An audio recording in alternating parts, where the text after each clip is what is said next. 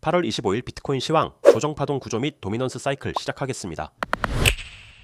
파동 구조 확인 먼저 하겠습니다. 최근 들어보고 있는 위 구조의 경우 플랫일 가능성을 열어두고 보는 중이었는데 플랫보다는 일반 A, B, C 조정 구조의 확률이 높아지고 있습니다. 이유인즉슨 플랫이 완성되기 위해서는 335에서 마지막 5파동이 임펄스여야 하는데 현재 진행되고 있는 이 파동 구조의 모양이 현재까지의 모양으로는 임펄스 구조일 수 없기 때문입니다. 위의 모양은 두 가지 측면에서 오류가 있는데 첫 번째는 1파동의 저점을 4파동이 침범했기 때문이고 두 번째는 3파동의 모양이 반드시 일반 임펄스여야 하는데 그렇지 않기 때문입니다. 이제 전체 구조를 다시 살펴보면 이러한 일반 A, B, C의 가능성을 하나 둘 수 있을 때 C의 길이는 A의 길이에 비해 긴 경우가 가장 많고 같은 경우가 그 다음으로 많고 짧은 경우, 즉 미달형 C의 경우가 가장 적으니 현재의 경우 C가 A보다 긴 경우로서 기본적인 조정파동 구조의 완성을 타진해 볼 수 있겠습니다. 다만 이 경우에도 비율이 중요한데 플랫의 관점에서 따져보았을 때 살펴본 비율입니다만 대개 이러한 일반 A, B, C는 해당 구간까지 치지 않는 경우가 많습니다. 즉 현재의 구조에서 일반 A, B, C라면 한 번 더 빠지더라도 예컨대 이러한 형태로 직전 저항이 향후에 지지가 되는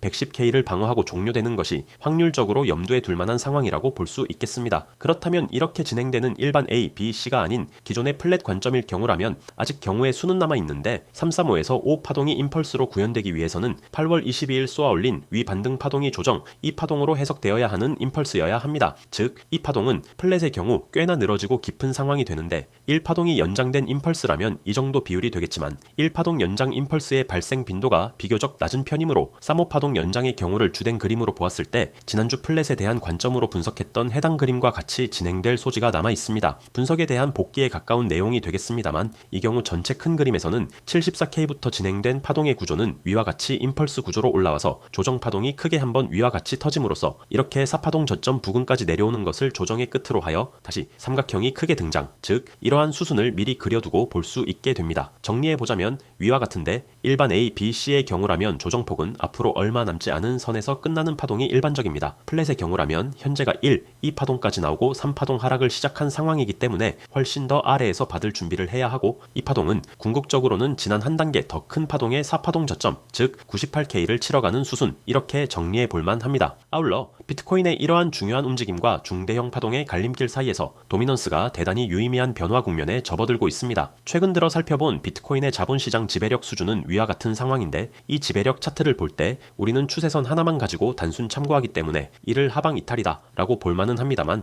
반등에 대한 가능성, 즉 다시 비트코인을 매수하여 달리는 랠리가 얼마든 나올 수 있는 지점이기도 해서 매수에 있어 비트코인이냐 알트코인이냐에 대한 결론은 내리기에 어려운 지점이기도 합니다. 다만 이렇게 지속적으로 66%에서 하방 랠리를 펼치고 있는 비트코인의 도미넌스를 확인해보면 현재 57에서 58%가량으로서 직전 고점 대비 10%가량 빠진 상황이 되는데 상대적으로 이러한 경우에는 비트코인의 움직임에 개별 알트코인이 매우 무디게 반응하는 시장 흐름이 진행됩니다. 다시 말해 비트코인의 변폭과 상관없이 알트코인은 큰 타격 없이 움직이고 개중 일부는 상승 랠리가 일어난다. 이 흐름들이 가장 잘 나타나고 있는 종목이 현재 이더리움과 솔라나 두 양대 메이저 코인으로 볼 수 있습니다. 2025년 7월 14일부터 어제인 8월 25일까지의 비트코인이 위와 같은 A, B, C 조정 혹은 플랫 구조의 흐름을 이어갈 때 이더리움의 사이클은 이렇게, 솔라나의 경우는 이렇게 진행되어 대개 비트코인의 움직임을 따라 움직이는 기존의 틀과 벗어나고 있는 시장 흐름에 있습니다. 이 중 이더리움은 최근의 분석 이후 큰 변화 없이 관점을 그대로 유지 가능하고 솔라나의 경우 시황에서도 종종 언급드렸던 3마켓 페이지의 형태로 볼만합니다. 다시 말해 다음처럼 이러한 대표적 그림,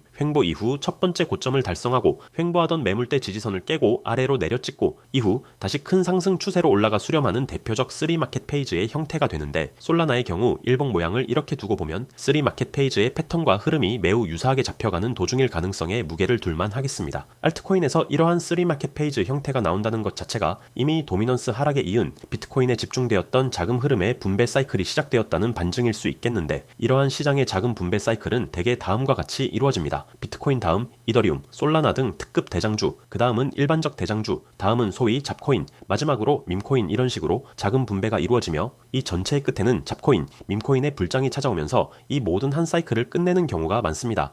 즉 현재 이러한 지점들을 살펴볼 때 도미넌스 차트를 꼭 추적해 봐야 하며 현재가 알트코인으로의 본격적 자금 분배 사이클의 초입 단계일 수 있겠다. 이 점 참고해서 시장 살펴보시면 좋겠습니다. 비트코인과 알트코인의 시황은 네이버 프리미엄 콘텐츠 K-웨일즈 코인 투자의 첫걸음에서 가장 빠르게 만나보실 수 있습니다.